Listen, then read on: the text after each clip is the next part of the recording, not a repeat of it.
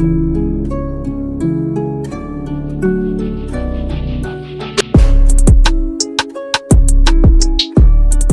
what's up, man? Y'all already know, man. DJ Westside and Jay-mo Dejon checking in, man. This is the Harp Season podcast. We just getting started. Harp Season.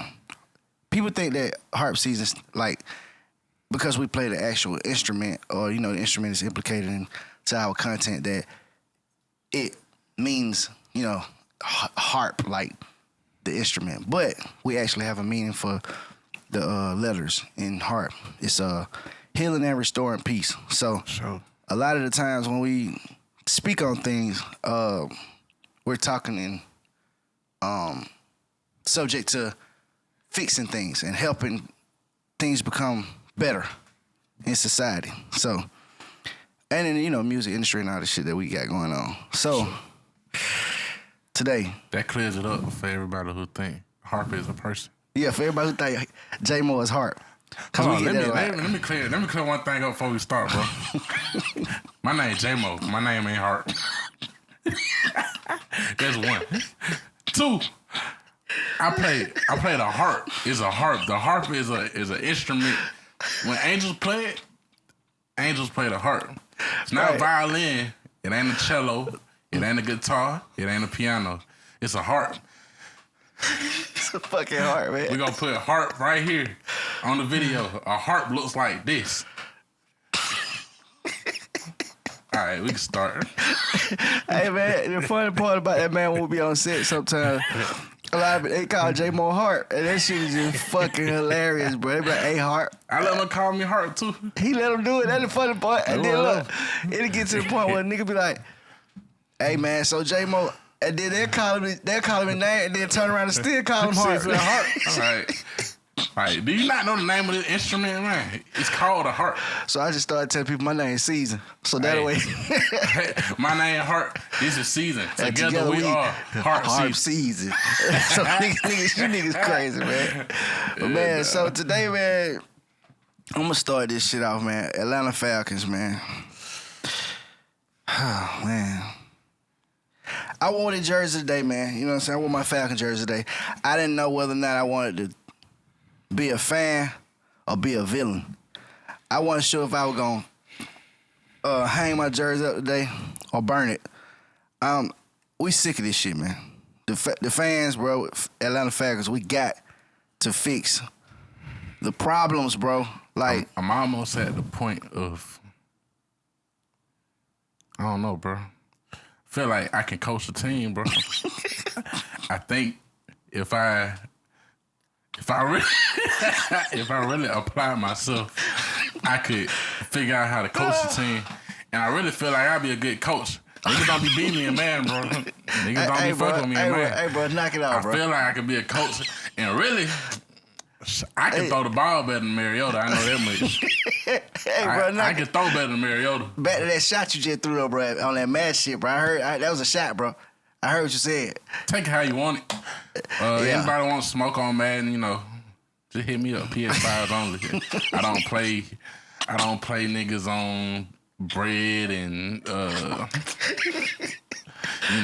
shout out my boy Terrio, man. Bagels and loaves of bread and all this. That's an inside joke. Shout out my boy Terrio, man. Hey, don't let that nigga talk you like that, Terrio. You gotta get on that PS5 and get on his ass one time, man. But yeah, man, the Falcons, bro, I don't know what the fuck the problem is, bro. Like, well, I do know what the fuck the problem is, but at the same time, bro, it's like, come on, man. Like, God damn it. This is what I don't get. How is one team capable of doing having the same problem for so long? I don't know, bro. This shit crazy. We've had this problem since before I was born. I know what the problem is, bro. It happened when we tore down that church, bro. Nah, we cursed, bro. It happened, bro. We've been doing this since the beginning of time, bro.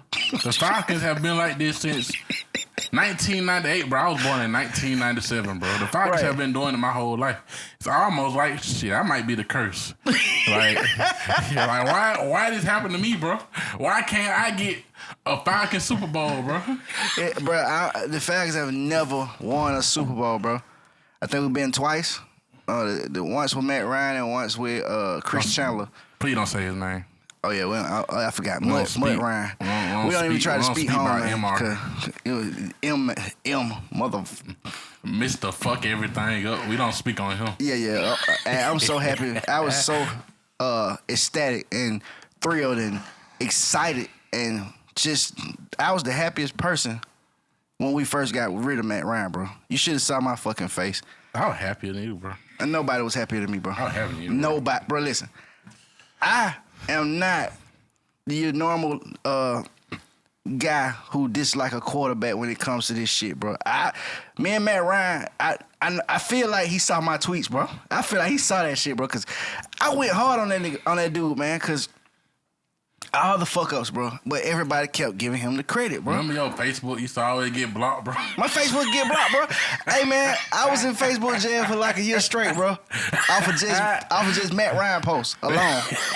Like, bro. They had your Facebook page on the tracker. Man, everything I said, bro, it was like Facebook had me shut down, bro. What's his name? What's the owner of Facebook?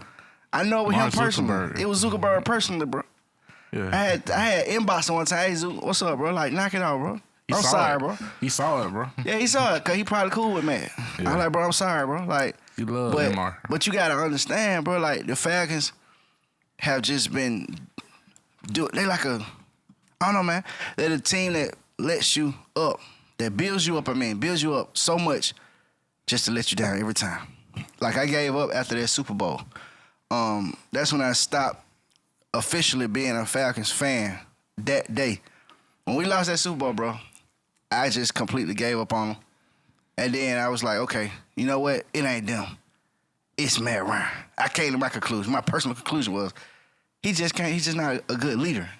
You know what I'm saying? And then they called him Matty Ice and all this shit. All he ever did was just put up stats. That's all he ever did was put up stats and didn't do nothing else.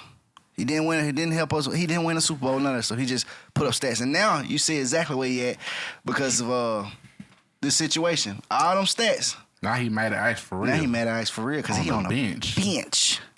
Yeah. You on the bench now, Matt. He warming it up. Take that, Matt. You on a bench, Matt. You on a bench. Yes. I was, man, so, you know, when Mariota came in, I was like, okay, cool. Now I'm back on the bandwagon because I said I wasn't going to ever watch the Falcons or be a Falcons fan again until they got rid of him. Now they got rid of him.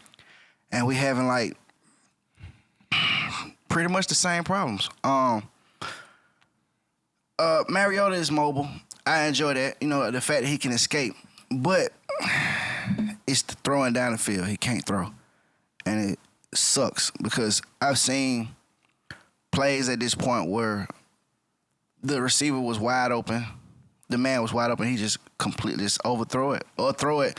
I feel like he blind in the pocket sometimes, bro. Like he literally will throw it in a direction to where like nobody's there.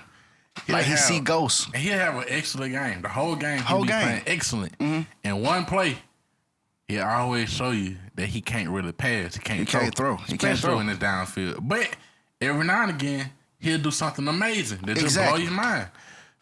But I feel like the Falcons, I do like the fact, I feel like we getting our personality back. Oh, yeah, for sure. Because we had Mike Vick, and I know the dog fighting incident happened.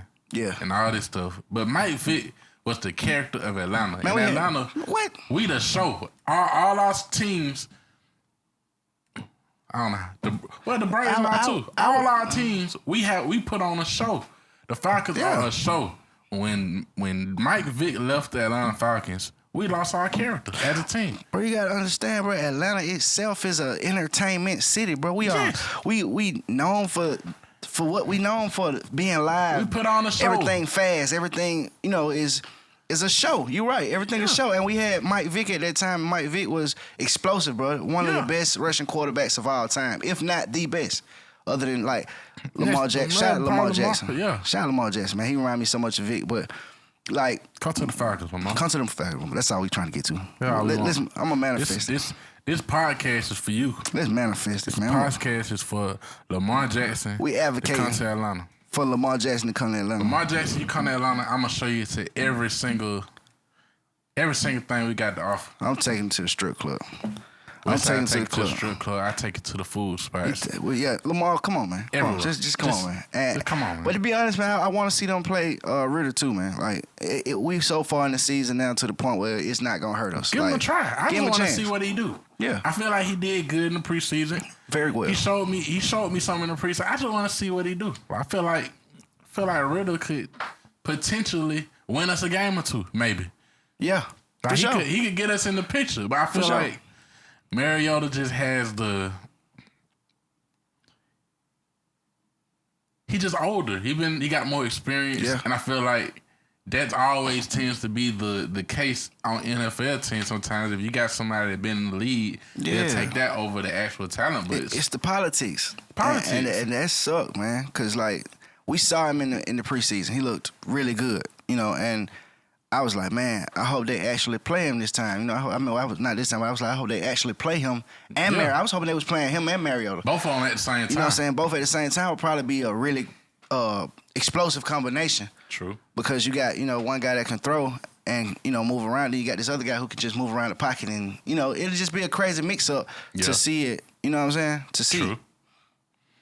But they didn't do it. They didn't do it. They did the typical Falcons. You want to play conservative, or you want to run certain plays. Play not to lose. Yeah, that's how the Falcons play, and that's how we always lose. Yeah, we always play not to lose and end up losing in the process. And our third down conversions have just been terrible, bro. Like, it's like almost damn near like, damn, okay, here going third down, third and fucking 54. they gonna figure out a way to get the first down every time, and it's just been one hell of a season so far. Because I honestly feel like we have a pretty decent team. Like our team doesn't suck. It's just the pieces, bro. We're one player away from being a playoff team. For sure. One player. That's why we need Lamar. If we get Lamar Jackson, I feel like Mariota. This is how I feel. I feel like Mariota was a mistake, bro. I feel like we really wanted Deshaun Watson. We did. We got rid of Matt because we thought we was going to get Deshaun Watson. We thought he was going to come to Atlanta. We just knew he was going to come to Atlanta. He's from Atlanta. He wanted to play Atlanta. He said he wanted to play. I feel like Mariota was just the Falcons' way of still being competitive in some type of way because we didn't have anything. Right. We tossed all our cards on Deshaun, and Deshaun let us down. Now, Deshaun, you can stay where you at the Browns forever. Yeah, stay over there, bro. We don't want you no more. Stay where you at, bro. We don't want a traitor to come to this city and mess everything we done built. Even though we ain't built nothing, we don't want a traitor to come to this city. So you stay in boring Cleveland, and I hope you come in cross to contact with LeBron or something, and y'all can figure something out. But we don't want you. Nah, we don't need you. We don't need you at all. You see who we advocate for. We want Lamar. We want Lamar. Lamar, if you hearing this. Not Deshaun. If you hearing this, Lamar. We need you, bro. We need you, bro. We need you, bro. We need you bad. We got money now. We got cap space. We got cap space. We got the cash. We got the city. Baltimore don't like you. Baltimore don't want to pay you them coins. You see what they showed you. Yeah, they let you know what they think about you. They really racist. They don't like you. They want you. They don't like the idea of paying a black man that much money. See, we the black Mecca. We advocate for black entertainment, for sure. Black players, and everything. Come to Atlanta, we gonna do you right. Matter of fact, any quarterback that want to be all in the videos, all on the what's name, dancing, come to Atlanta. Come to Atlanta. Come to Atlanta. I got that from Suge Knight. But yeah. So what we doing, man? Right now, bro, with the Falcons, bro. Man, at this point in the season, Jay, what do you think? What could fix our problem like right now? I think personally, we need to put Ritter. I don't think we could be fixed. We don't have Kyle. We're missing our best tight end. Okay. Right. A lot of the offense was sitting around. I feel like at this point, the best thing we can do is prepare ourselves for next year. For next season. I agree. I don't think we're a competitive team in the playoffs right now. I don't want to see I would love to see the Falcons in the playoffs, even though we're gonna get Eliminated first week. I feel like First the round. first glimpse of what we would look like in the playoffs with the way we played the Cincinnati Bengals. I think that was a playoff team, a good solid playoff team. Even though we made a run at the end, I feel like the way we play that game is a example of what we would play like in the playoffs, and I don't want to see that. So I feel like the best thing to do. Let's put Ritter in the game next week. We got the Saints, not next week. We got the Saints on the 18th, Right. which is... Yeah, I think we got a bye week, right? Yeah, we got a bye week. Okay. Let's try Ritter out and just see what he do. If he mess up, let him mess up, because Mariota going to mess up too anyway. Yeah, regardless. Let's just try him out, see what happens, and hope for the best. I say we just prepare for next season. Yeah. And Rag one, our offensive coordinator, I just don't know, bro. Sometimes I feel like he just calls some of the worst plays. But this season, we have dealt with a QB who can't really throw. So, like, We're limited. We limited. And it's like even our defense coordinator, what's his name, Pease, the older cat, it's time to go, bro. Like, I don't have a problem with the defense. I feel like defense kind of been keeping us in the games. You know, because they make plays. You know, they pretty much, they can stop. They'll make plays that we need, you know. Yeah. It's just out of the luck, like the bad luck we have. Like This is the thing. I feel like, honestly, when I think about it, the coaching is pretty good. They make some interesting decisions that I probably wouldn't go for, but it's only because the play didn't work out. But at the same time, I feel like we are all, like, in every form of the team, we're one player away from turning a lot of those games from L's to W's. Right. Like, if we were missing AJ Terrell. We went to the Panthers game. Right. AJ Terrell wasn't there, but there was a rookie they kept throwing at the rookie. For sure. And he was playing well for most of the game, but ultimately, last second, we left the game. And we thinking the Falcons won the game. Last second, they throw a bomb, a Hail Mary down the field. And it's the rookie. Yeah. Bad decision. We just don't have... I feel like that, even though we won the game, I feel like that play is just a example of what we've gone through, what we need on the team. We just one player away. We need us a solid defensive a solid defensive player. I feel like Deion Jones was a good. I don't know why we got rid of Deion Jones. I feel like he was a solid player. I feel like he was a solid leader. I know he had injury problems. I feel like Deion Jones was a good player. He seemed like a good leader.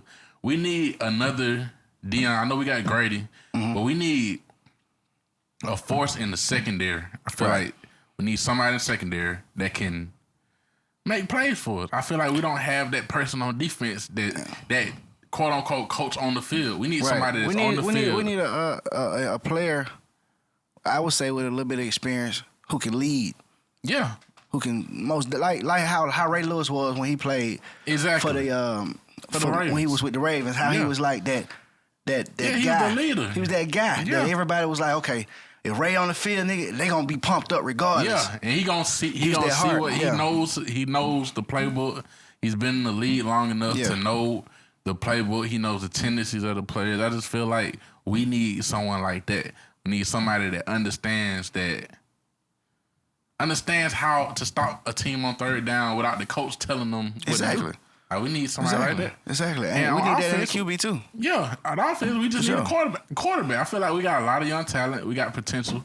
We just don't have the skill level on the quarterback position. He's nice for running the ball. I feel like a running quarterback is always tough to deal with if you're a defense. Oh, yeah. But I feel like his weakness is obvious. Passing down the field. Teams know now, all you got to do with the Falcons, stop the run. That's it. If you can stop the run, you stop the game. You win the game. You win the game for them. And that's exactly what the team, what's the name did today? The Steelers. I didn't watch the game today. I knew they was going to get their butts handed to them, bro. I ain't really watch it too tough, but I just know that's what they did because it's obvious. That's what, I mean. And to be honest, bro, from my observation, bro, no team has literally other than the Bengals, has beat the Falcons. Like the Bengals beat. That's the only team that really beat the Falcons. But other than that, bro, a lot of these games we could have easily won. One play away from the win.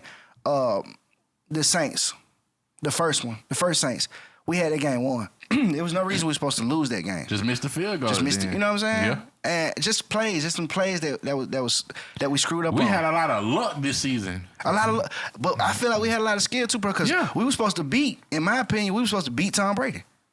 Tom Brady was not supposed to win. Tom Brady cheated. But we know how y'all do when it comes to Brady. With Tom Brady. This podcast would go to a whole nother route. So me and J-Mo always you don't want to start this. Let me finish, man. Can I finish?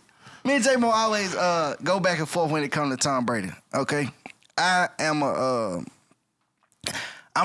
fan of greatness, right? So like, I'm not saying that I'm like just a Tom Brady fan, but I'm a fan of what he has accomplished. I'm a fan of greatness. So it's like, you know, I seen him do you just can't. He one of them quarterbacks that you just can't never count out. He like a sleeping, like even right now, you never know what might happen. Tom Brady might come back and win the rest of his games, and go to the Super Bowl. You just never know with him. So I admire that about his skill level when it comes to being a quarterback. And J-Mo is just. Don't explain mine, bro. I explain mine myself. Tom Brady, he a terrible human. First of all, he don't care about his wife. He don't care about his kids. He don't care about nothing but football and himself. That's not true, bro. That's true. He showed it. He proved his point this year. Everybody, the world see it now. Tom Brady is not a good person. That's one. Let's keep going, okay? Tom Brady is a cheater. He a liar. He a manipulator. And that sounds like the devil to me. I don't know about y'all, but Tom Brady sound like Satan. Man, Let me go 3. I ain't done. Tom Brady is the face. He is the face of white nationalism. There, I said it.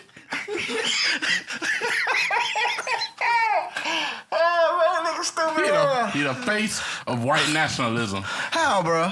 Get lost in the sauce if you want to. How, bro? He's the face of white nationalism. Bro, you sound like I go into a Ku Klux Klan meeting. Bro, you sound like one of them fake woke niggas. It's gonna be a picture of Donald Trump, man, David Duke, and Tom Brady. Bro, it ain't that deep, bro.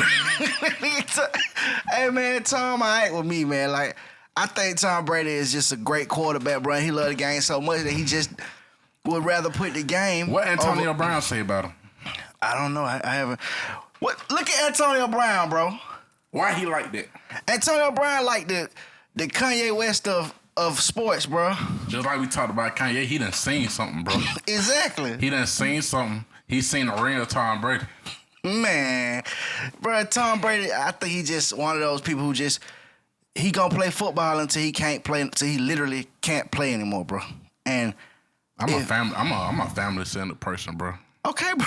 Okay, bro. Any man that leave his family for a game, I can't trust him. Bro, he ain't nothing. Bro, he didn't leave his family, bro. He left his family, bro. He chose to play football, bro. Over his family, bro. Not over his family, bro. She said they agreed. From my understanding, they agreed to for him to retire at a certain point. And when it got to that certain point, he didn't retire. He retired and he unretired. After months. But he done did it like 3 or 4 times, bro. Like, this ain't the first time Tom Brady done you retired. Get married and you disrespect your wife and kids.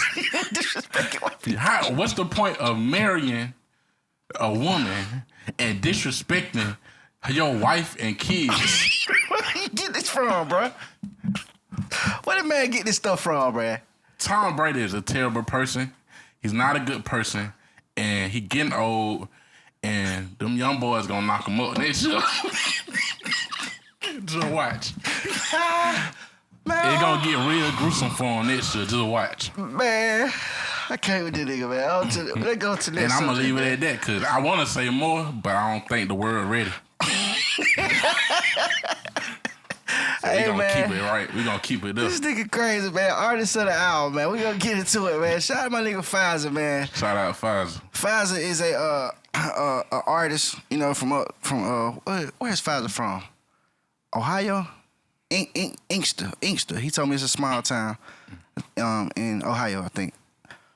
Yeah, I think is it Ohio? I think I'm gonna make sure. Make sure before I make sure I get it right, cause I don't want, you know, I don't want to misrepresent Michigan, Inkster. Anyway, okay, so it's in Michigan. Okay, cool. Well, he's you know, he's from up that way, and Fives is one hell of an artist, man, and another hell of a entertainer, bro. Like entertainer, yeah, bro. This nigga is entertaining. So like, if you ever met Pfizer, you know what I'm saying, you would know like what I'm talking about. He's such a the energy he brings, bro. It's just like it's good energy, and on top of that, he makes good music. You know what I'm saying? He got a couple records with Boosie, a couple records with Ice with Vezo that's out. You know what I'm saying? Y'all go check it out. He got a record called My Dog with Boosie. Just type in Pfizer. That's Fizer. Featuring Boosie, My Dog. Dope ass song. You know what I'm saying? So shout out to Pfizer, man. You know, one of the artists who I like to work with. You know what I'm saying? One of the artists who I like to see work, and just very, very humble. You know what I'm saying? And most definitely a hustler. So shout out to my boy Pfizer, man. We gonna always keep you in the mix, bro. You know what I'm saying? I played the song in the club the other night. They love it. We got a new record produced by J-Mo. That motherfucker crazy. You know what I'm saying? So be on the lookout for all the Pfizer music on all platforms. You know, go check him out. YouTube him, Google him, all this shit. And just, you know, stay tuned in, stay tapped in with us, you know what I'm saying? Because like I said, we helping as many artists as we can this year and, you know, going into next year. So, yeah, we on that, for sure. for sure. So our next subject, man, we going back to Kanye again, man. So today we looked at this shit. He has some followers now who are making more anti-Semitic comments about things, and these are black people. And they feel like it's an awakening. They feel like, you know, that it's a movement at this point. That the things that Kanye are saying, the things that he's saying is valid, and everything that he's got going on is just pretty much the right thing. Me personally, I don't think that us as a race can be racist in a sense. Like, true, we can be, yeah, we can say we don't like this. We can be prejudiced, but we can't be racist. We are the oppressed.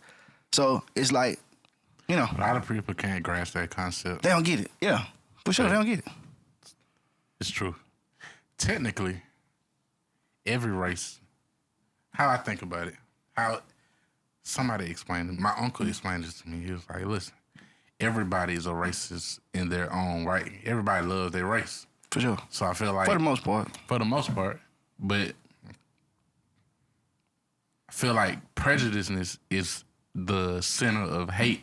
Like prejudice, when you're prejudiced, it's just you have hate in your heart because of another race. And I feel like that's the real difference. When I see racist and prejudice, I like when I'm talking to common people, I'm just like, hey, that he's prejudiced. Like he's prejudiced. I mean, he hates somebody because for a stupid reason, because they're the skin of their color. So I mean, the color of their skin. Mm-hmm. So yeah, it's a difference.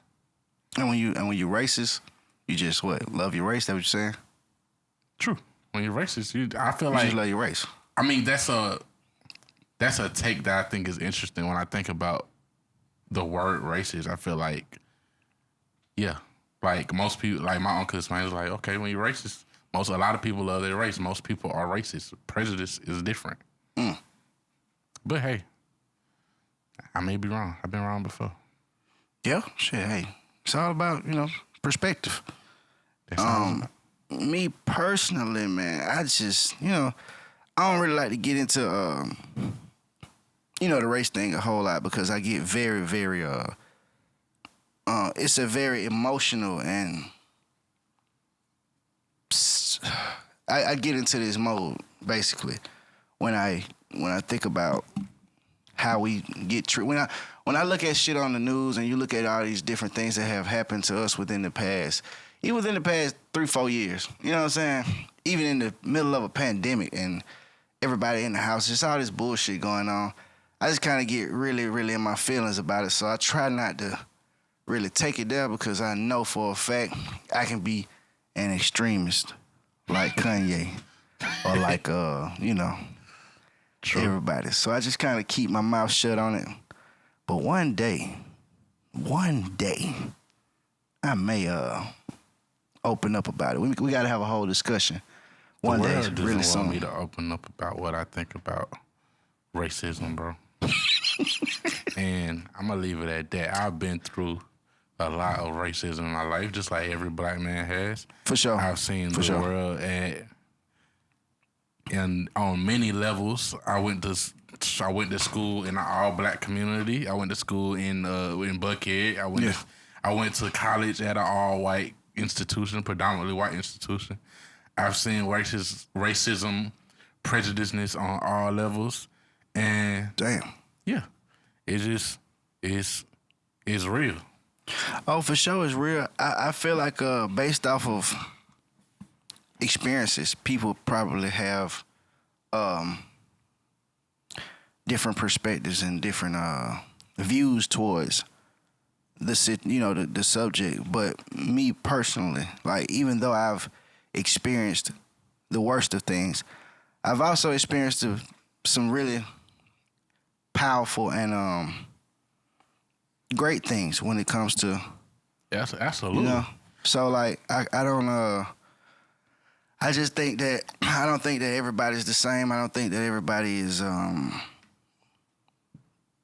the same shit when it comes to that subject, when it comes to, us as a race. And I think it's a matter of cultural expansion. I feel like white people that make an effort to be cultural are different from, because a lot of white people that's prejudiced, I feel like they just, you gotta think, there's a lot of white people that rarely talk to black people. Like they don't even, at UGA, I know it was people in my class that I could just tell they went to it was in the country in the middle of nowhere, and they literally never talked to black people. Like literally, like never came in contact with black people. Like, and they don't know how to make communication. Just like it's the same way like if you're in the hood. Just like in the hood. Yeah. Like if I'm in the hood and you put me in a room with a whole bunch of white people, it's gonna feel awkward a little bit. So I just feel like it is important to come together on things. It's important to, as black people, the culture, like to bring ourselves into other cultures, just like it's important for white people. But I think it is especially important for white people because they have the advantage in the system that we have, and I feel like in order to understand the position you have as a white person, you have to be cultural you have to understand that all these other cultures don't have what you got. You know what I'm saying? Right. And, unfortunately, a lot of white people aren't willing to accept that. Yeah. I think it should be a fucking, you know what? I think like it's certain fixes that could be made. Like, every 6 months, you think like maybe it should be mandatory that we all have a session as a people, as a fucking as an American, and not as a white person, black person, whatever, but as an American. Like it should be, or maybe it should be something that comes on TV, something that's national every year, something that's so big, because it's come on, they control the media, so it's not hard to make this event happen. Let's just say every year it's a certain event where we all can come together, and it doesn't have to be. The first year, if it's announced by the president, if it's announced by the rappers, if it's announced by the country singers, if it's announced by all of these people, or even if it's the platforms that push these things, you know what I'm saying? If you can get a BET to consent to it, if you can get a MTV, the White House, all of these different CNN. If you could just say, okay, everybody, we're gonna push for this one day. We're gonna push for one day out of the year for everybody to come together as an American or as a people, all of us. And I don't think I don't think that's possible. This is why though. I think it's not possible because for one, social media, I feel like the creation of social media, what it did to people was it gave everybody the opportunity to create their own world. Like we was talking about we was talking about Kanye or we was talking about something with the last podcast. I can't remember what it was, but we were talking about Michael Jackson. When Michael Jackson was when he was living in his prime, he was a superstar because you didn't see him unless he was on television. You didn't you didn't see his life behind, you know what I'm saying? You didn't see him chilling at his house. You didn't see his life unless it was behind the camera, unless he wanted you to see it, unless it was, you know what I'm saying? Yeah. The news outlet was there, the blogs was there. So it gave people I don't know, the media had more control over what people decided on and how people thought about things. I think now it's a little different. Social media, we have our own platform. We talking to people. We got our own camera. We got access to put stuff online, and people could be watching this like they're watching TV. Like, and they're choosing it. I don't watch TV anymore. Like, I choose what I watch.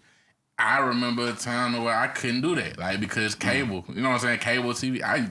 You watch what's on TV, but now you got Netflix, you got Hulu. If I don't want to listen to something, I'm gonna just turn it off. Right. And I feel like that's the issue. We don't have.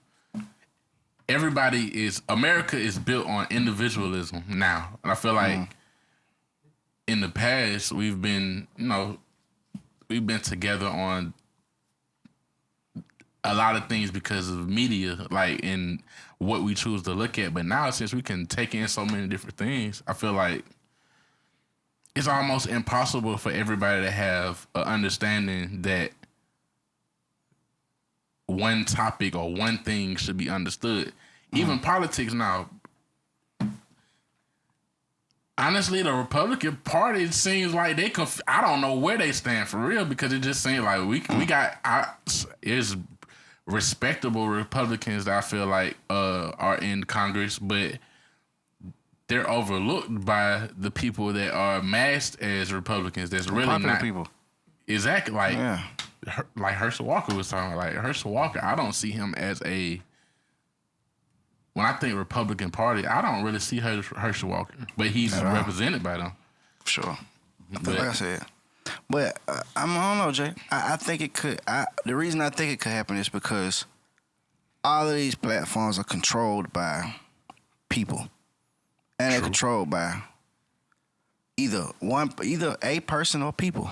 So if Elon Musk said, "Okay, look, we're gonna push for National Come Together Day," then you get Zuckerberg saying, "Hey, we're gonna push for National Come Together Day."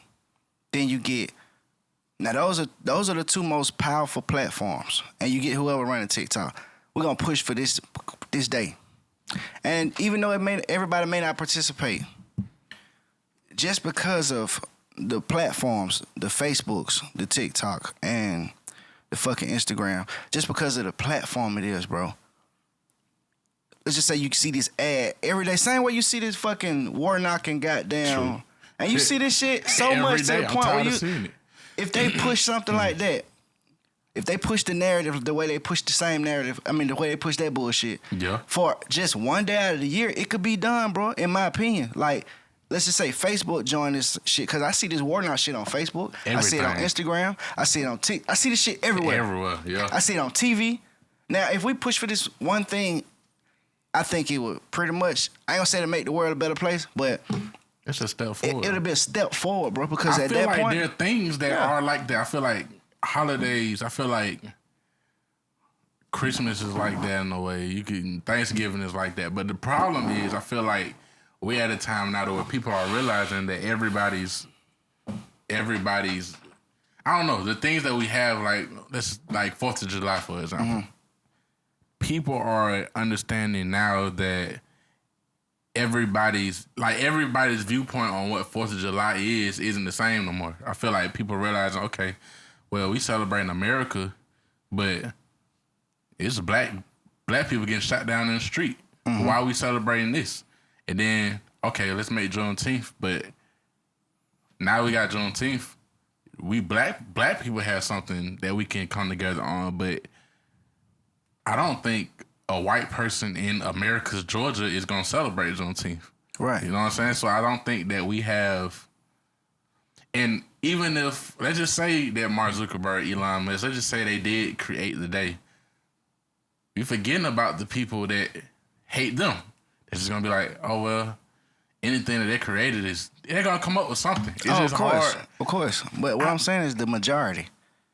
You know, True. Majority wins. So like, let's just say, you know, yeah, we gonna have your haters. Of course, no, anything you do, you gonna have people who just completely against it, no matter what, just because they negative people. But just like the majority, I think that if we did that, if we had a day where we celebrate, the promo for this day would be having a white American, a black American, Asian American, whatever. All of these people together in a picture or something, and this is Together Day. Yeah. And we got it on all the, like, the same way you see all this shit being promoted, bro. We promote this shit just like that. And the goal for that first year is to take a picture with somebody or meet somebody from a different race and become a friend. Yeah. Or some shit like that, you know? And just creating the peace. A peaceful environment. And making it, and still making it appealing, and still making it, because at that point you'll have people making TikToks.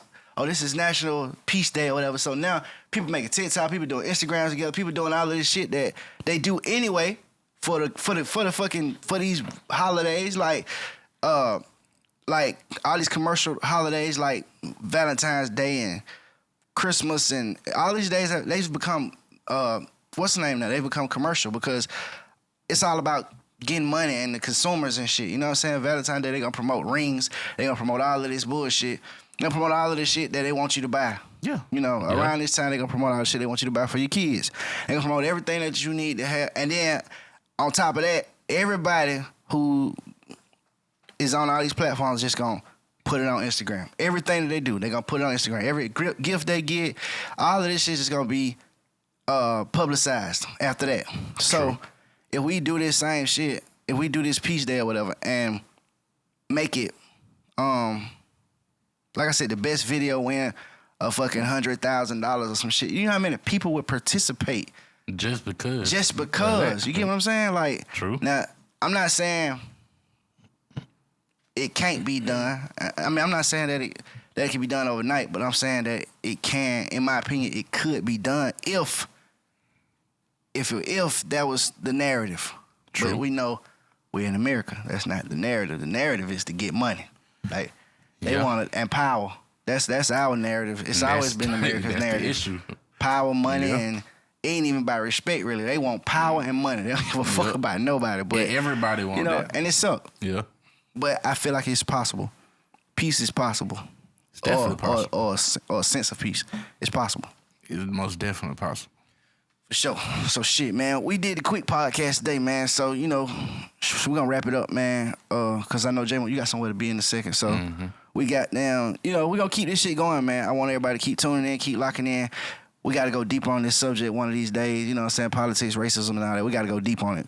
Because we talk a lot about politics and about just world related issues and stuff like that. Outside of music, you know, like I said, we'll be going over all types of subjects, all types of topics, and we want you guys to chime in too. And, you know, if you got anything you want us to talk about, please just leave it in the comments, send it to the email, and we rocking. You know what I'm saying? So, yeah, man, we are healing and motherfucking restoring peace, man. Healing and restoring peace. That's what Harp stands for in Harp season. So, you guys, be blessed. We gone. Oh yeah, one more thing. This episode was brought to you, sponsored by Funky OG. Shout out to Funky OG. You know what I'm saying? He rocking with us heavy. So